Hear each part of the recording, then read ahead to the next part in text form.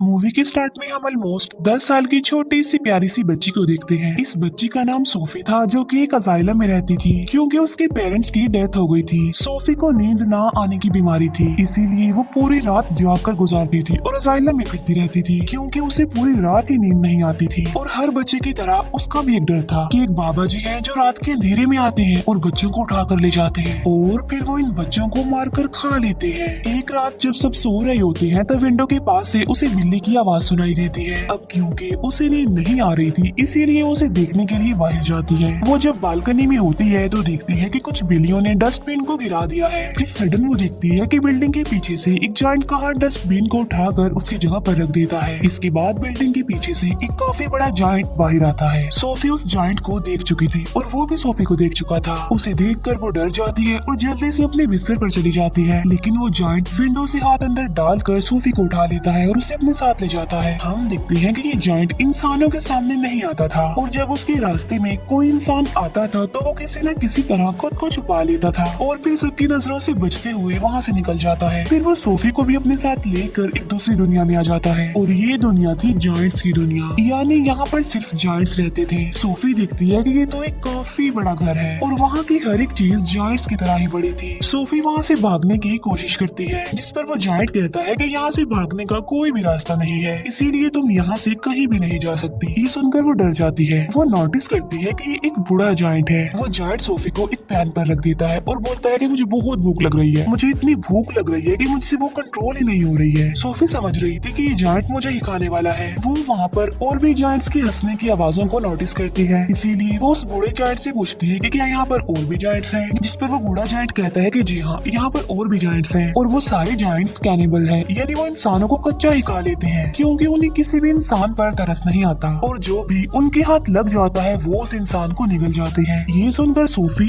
और ज्यादा डर जाती है, इसीलिए वो बूढ़े जायंट से पूछती है तो क्या आप भी मुझे खा लेंगे, जिस पर वो बूढ़ा जायंट कहता है कि नहीं, मैं इंसानों को नहीं खाता क्योंकि मैं एक वेजिटेरियन जायंट हूँ, ना कि कैनिबल। और ये बूढ़ा जायंट सिर्फ एक वेजिटेबल ही खाता है जो टेस्ट में बिल्कुल भी अच्छी नहीं थी, लेकिन इसके बावजूद भी वो इंसानों को खाना नहीं चाहता और इससे ये बात जाहिर होती है कि वो एक अच्छा और रहमदिल जायंट है। वो उस बूढ़े जायंट से पूछती है कि अगर आप इंसानों को नहीं खाते तो फिर आप मुझे यहाँ पर क्यों लेकर आए हैं, जिस पर वो बूढ़ा जायंट कहता है क्योंकि तुमने मुझे देख जो लिया था और तुम मेरे बारे में वहाँ पर किसी को बता देती जिससे मेरी जान खतरे में पड़ सकती थी, जिससे इंसानों को हमारा पता चल जाता और वो यहाँ पर आ जाते और बाकी जायंट्स को भी मार डालते और यही वजह है कि मुझे तुम्हें यहाँ पर लाना पड़ा और अब तुम अपनी सारी जिंदगी यहाँ पर मेरे साथ ही गुजारोगी। जिस पर सोफी कहती है कि नहीं, मैं तो यहाँ से भाग जाऊंगी, जिस पर वो बूढ़ा जायंट कहता है कि नहीं, तुम यहाँ से निकलने की गलती भी मत करना वरना बाहर बैठे जायंट्स को तुम पर तरस नहीं आएगा। ये कहकर वो बूढ़ा जायंट सोफी को एक बोर्ड पर रख देता है और उसे कहता है कि तुम थोड़ी देर रेस्ट कर लो, लेकिन सोफी को तो नींद ही नहीं आती थी। फिर वो देखती है कि वो जायंट अपने बैग से बड़ी बड़ी बॉटल्स निकाल रहा है। उन बॉटल्स में कोई चीज थी जो चमक रही थी। फिर वो उस जायंट से पूछती है कि इन बॉटल्स में क्या है, जिस पर वो जायंट कहता है कि इसमें ड्रीम्स है, यानी ख्वाब। जिस पर वो कहती है अच्छा, फिर तो ये मेरे किसी काम की नहीं है क्योंकि मुझे तो ड्रीम्स आते ही नहीं है और मुझे ड्रीम्स आएंगे भी कैसे क्योंकि मुझे तो नींद ही नहीं आती। फिर ये जायंट वो वाली बुक पढ़ने लगता है जो सोफी के पास थी। इस बुक में बहुत सारी कहानियां लिखी हुई थी। बूढ़ा जायंट उन कहानियों को पढ़ने लगता है जिस पर सोफी को नींद आ जाती है। इसके बाद वो बूढ़ा जायंट एक बॉटल लेता है और उसमें से ड्रीम बाहर निकालता है। इतनी ही देर में सोफी की आंख खुल जाती है और वो देखती है कि वो बूढ़ा जायंट अभी सो रहा है, इसीलिए वो मौके का फायदा उठाकर उस घर से बाहर निकल जाती है और वहाँ से भागने की कोशिश करती है, लेकिन तभी उसे एक काफी बड़ा जायंट पकड़ लेता है और ये सच में उस बूढ़े जायंट की निस्बत काफी बड़ा जायंट था। सोफी उस जायंट को कहती है कि प्लीज मुझे यहाँ से जाने दो, लेकिन वो जायंट सोफी की एक नहीं सुनता और वो उसे निगल जाता है। इसकी फौरन बाद सोफी की आंख खुल जाती है। इसका मतलब ये था कि सोफी एक ड्रीम देख रही थी। जागने के बाद वो उस बूढ़े जायंट से पूछती है कि मुझे पता है ये आपने किया है ना, क्योंकि ना तो मुझे नींद आती है और ना ही मुझे ड्रीम्स आते हैं,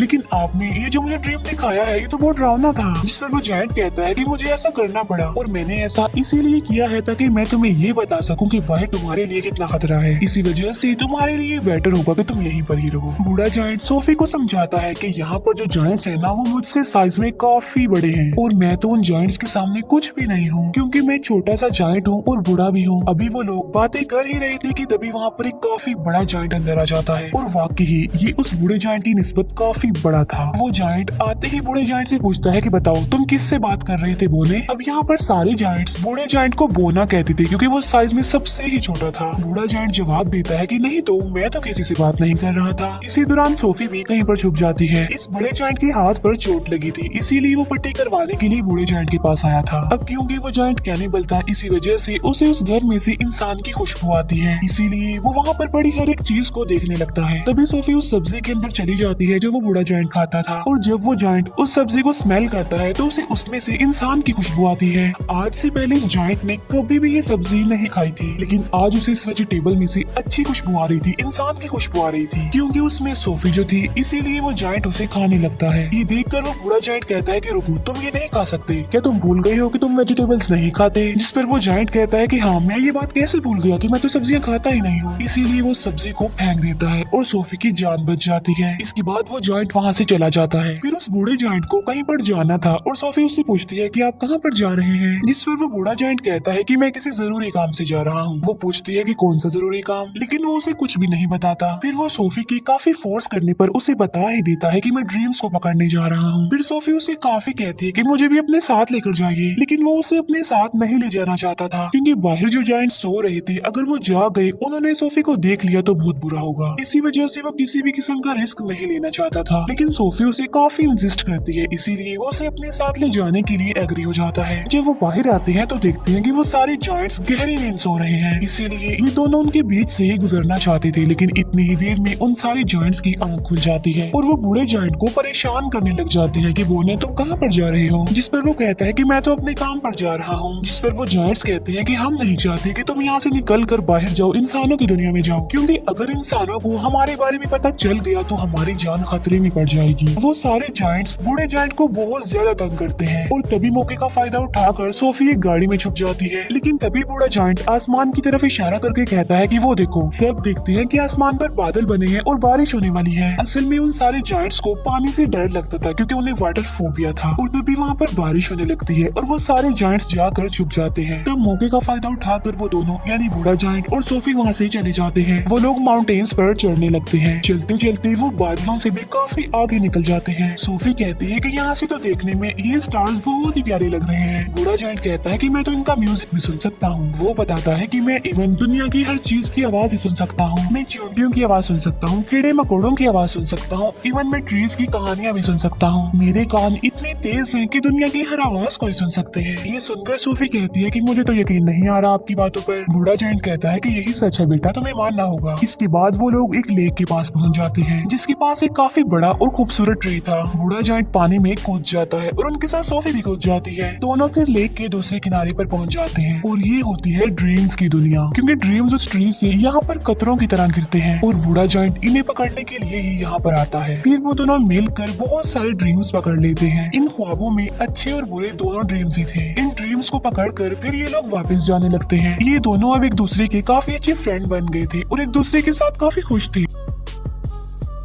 बूढ़ा जायंट उसे अपनी दुख भरी कहानी भी सुनाता है कि यहाँ पर सारे जायंट्स मुझे बोना कहते हैं, लेकिन फिर वो एक बात सोचकर खुश हो जाता है कि मुझे यहाँ पर कोई ऐसा भी मिला था जो मुझे बिग फ्रेंडली जायंट कहता था।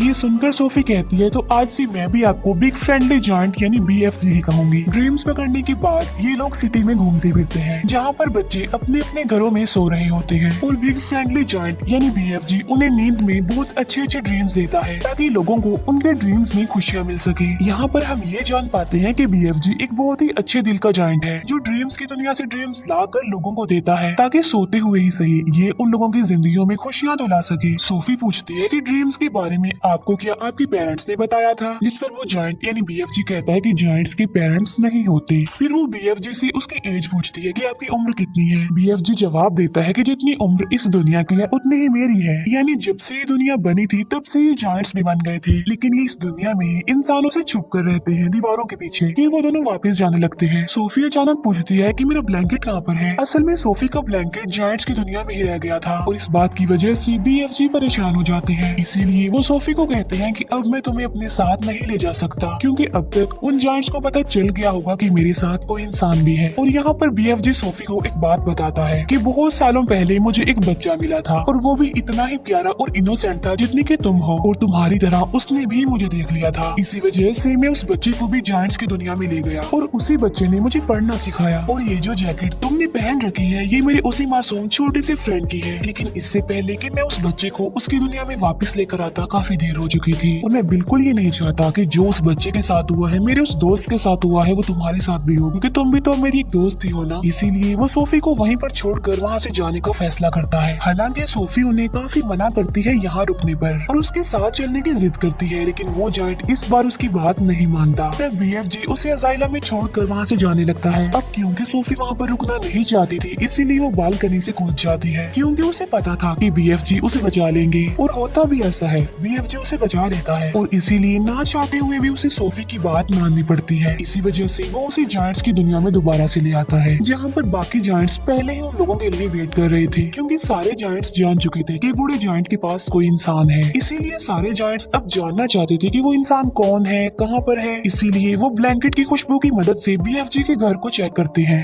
और सारे सामान की तोड़ फोड़ कर देते हैं। लेकिन BFG उस ब्लैंकेट को जला देता है जिसमें सोफी की खुशबू थी। फिर वो उन सारे जायंट्स को अपने घर से जाने के लिए बोलता है। सोफी वहाँ दीवार पर लगी एक पिक्चर को देखती है जो कि प्रिंसेस की पिक्चर थी। उस पिक्चर को देखकर सोफी को एक आइडिया आता है और वो BFG को कहती है कि आप प्रिंसेस के लिए एक ड्रीम बनाएं और उस ड्रीम में आप ये बताना कि जायंट्स की एक दुनिया पाई जाती है इसी दुनिया में और वो सारे जायंट्स इतने खतरनाक है कि बच्चों को मारकर खा लेते हैं। और इसी ड्रीम में आप हम दोनों को भी शामिल कर लेना ताकि जब हम प्रिंसेस के सामने जाएं तो वो हमें पहचान ले। ये सुनकर BFG ऐसा ही करता है और वो जायंट्स की दुनिया में रहने वाले सारे जायंट्स का एक ड्रीम बनाता है और वो उस ड्रीम में खुद को और सोफी को भी डाल देता है और साथ साथ वो सिटी की बहुत सारी मिसिंग बच्चों को भी डाल देता है। फिर वो उस ड्रीम को लेकर प्रिंसेस के घर के पास चले जाते हैं और ये प्रिंसेस की नींद में वो ड्रीम डाल देते हैं और प्रिंसेस वो सब कुछ देख लेती है जो ये प्रिंसेस को दिखाना चाहते थे। प्रिंसेस की जब आँख खुलती है तो वो बहुत ज्यादा डरी हुई होती है क्योंकि ये एक डरावना ड्रीम था, क्योंकि जायंट्स बच्चों को खा रहे थे। प्रिंसेस इस ड्रीम के बारे में अपने केयर टेकर को भी बताती है, जिस पर वो केयर टेकर कहती है कि आप फिक्र मत कीजिए, ये आपका सिर्फ एक डरावना ड्रीम था। लेकिन जब वो न्यूज़पेपर पढ़ती है तो कहती है कि ये तो बहुत अजीब बात हो गई, क्योंकि कल रात बहुत सारे बच्चे मिसिंग हो गए थे अपने अपने घरों से और ये सीन वैसा ही हुआ है जैसा आपने ड्रीम देखा है।